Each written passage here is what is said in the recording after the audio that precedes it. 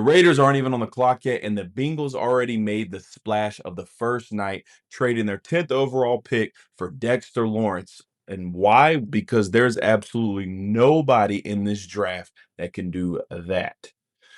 Lawrence is 340 pounds and moves like he's 290. And if that elbow checks out, Sexy Dexy is a three-down nose in the prime of his career. Now let's look at the fit with the Bengals. Second year DC Al Golden loves man coverage, played at about 43% of all their calls, and they want to be gapped up out front. And you need strong edges and you need a killer in the interior. So what they do? They added Jonathan Allen, known vet, great run stopper. Boye Mafe, a really, really good run stopper for the Super Bowl Seahawks. And then they topped it off by getting arguably the greatest one tech in football. And just like that, they went from the worst run defense and it's rebuilt in just 3 months. Dexter Lawrence was doubled on nearly 68% of all of his snaps, and it didn't really matter, as you can see here. And if you're deciding to block him one-on-one, you pretty much are saying that you do not like your quarterback. Even with all the attention Dexter Lawrence got, he still had 120 pressures